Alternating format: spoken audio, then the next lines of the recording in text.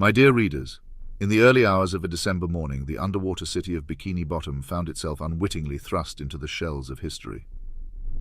As the sun rose, casting its iridescent glow over the coral and anemones, a sudden thunderous cacophony shattered the aquatic tranquility. The residents, accustomed to the benign absurdities of their daily lives, were ill-prepared for the stark brutality that descended upon them. The attack, as we now know, was meticulously planned. The aggressors, exploiting the element of surprise, launched their campaign with a precision that was both awe-inspiring and terrifying. The once peaceful waters around Bikini Bottom were churned into a maelstrom of destruction. Explosions rippled through the sea, sending plumes of sand and debris into the water, obscuring the sun with a murky cloud. At the heart of Bikini Bottom, the iconic Krusty Krab, a bastion of fast food commercialism, became an unlikely symbol of resilience. The establishment's proprietor, a crustacean known for his miserliness, found his petty concerns of profit and loss dwarfed by the sudden imperative of survival. Nearby, the pineapple home of the town's most famous resident, an ever-optimistic sponge, bore witness to the unfolding chaos, its inhabitants' usual cheer replaced by bewildered horror. The attack on Bikini Bottom, though bearing the superficial trappings of a cartoonish farce, resonated with a deeper, more ominous timbre. It served as a grim reminder of the fragility of peace and the ever-present shadow of conflict. The assailants, unprovoked and unjustified in their aggression, sought not just to dominate but to demoralize, to prove that even the most idyllic of realms could be shattered by the whims of power. As the attack unfolded, the defenders of Bikini Bottom, though caught off guard, rallied with a surprising and commendable strategic acumen. The defensive strategy, hastily improvised under the direst of circumstances, revealed an unexpected depth of resourcefulness and tactical ingenuity. The central tenet of their defense hinged on a multi-layered approach, utilizing the unique topography of their undersea world.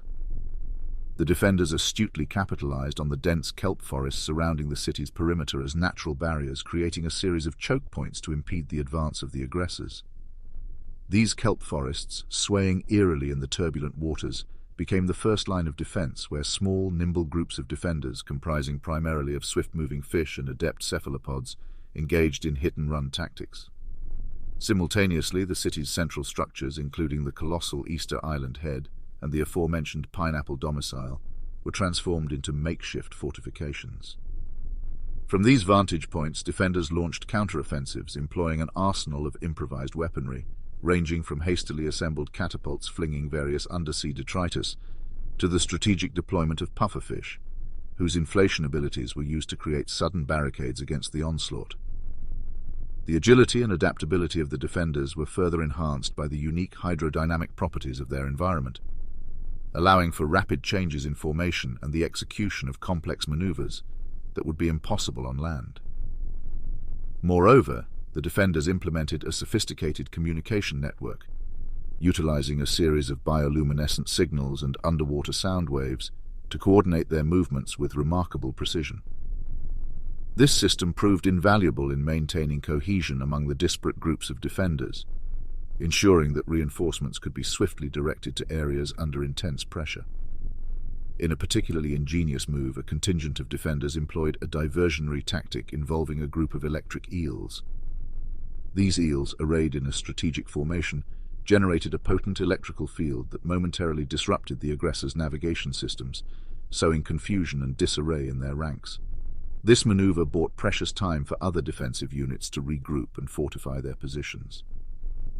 This intricate tapestry of defensive strategies, while ultimately unable to prevent the devastation of the initial onslaught, played a pivotal role in stalling the aggressors, preventing a complete overrun of Bikini Bottom. In the aftermath, as the citizens of Bikini Bottom grappled with their new reality, the world above remained largely oblivious to their plight. Yet in this unassuming corner of the ocean, history was made, a testament to both the perils of unguarded innocence and the enduring spirit of those faced with the unthinkable. The Battle of Bikini Bottom, absurd in its conception yet tragic in its execution, stands as a stark parable for the ages, a vivid illustration that even in the most fantastical of settings, the horrors of war can intrude, leaving behind a legacy of loss and a lesson in vigilance.